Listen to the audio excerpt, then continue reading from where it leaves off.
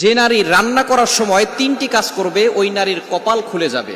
আল্লাহ পাক রব্বুল আলামিন ওই নারীকে সম্পদশালী বানিয়ে দিবেন। আল্লাহ পাক রব্বুল আলামিন ওই নারীর ঘরে বরকত নাজিল করবেন। ওই নারীর ঘরে আল্লাহ পাক রব্বুল আলামিন রহমত নাজিল করবেন।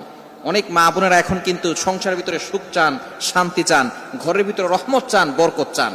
বিশেষ করে যে সমস্ত নারীরা সংসারে বরকত চান তারা কিন্তু অবশ্যই এই তিনটি কাজ করবেন। দেখবেন আপনার ঘরের ভিতরে শান্তি আসবে এবং আপনার রান্না সুস্বাদু হবে এবং আপনার রান্না যারা খাবে তারাই আপনার প্রশংসা করবে।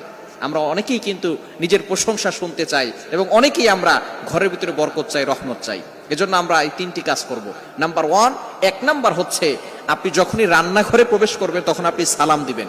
মনে রাখবেন রান্নাঘরে কিন্তু চুলা আছে। এই চুলা, গ্যাসের চুলা বলেন আর যেই চুলাই বলেন, এই চুলা থাকার কারণে যখন আপনি রাতের বেলা সেখানে থাকেন না, এখানে কিন্তু জিন জাতি থাকার সম্ভাবনা আছে। এই জন্য যখনই আপনি রান্নাঘরে ঢুকবেন তখনই সর্বপ্রথম 1 নাম্বার কাজ করবেন, সালাম দিবেন, আসসালামু আলাইকুম ওয়া রাহমাতুল্লাহ।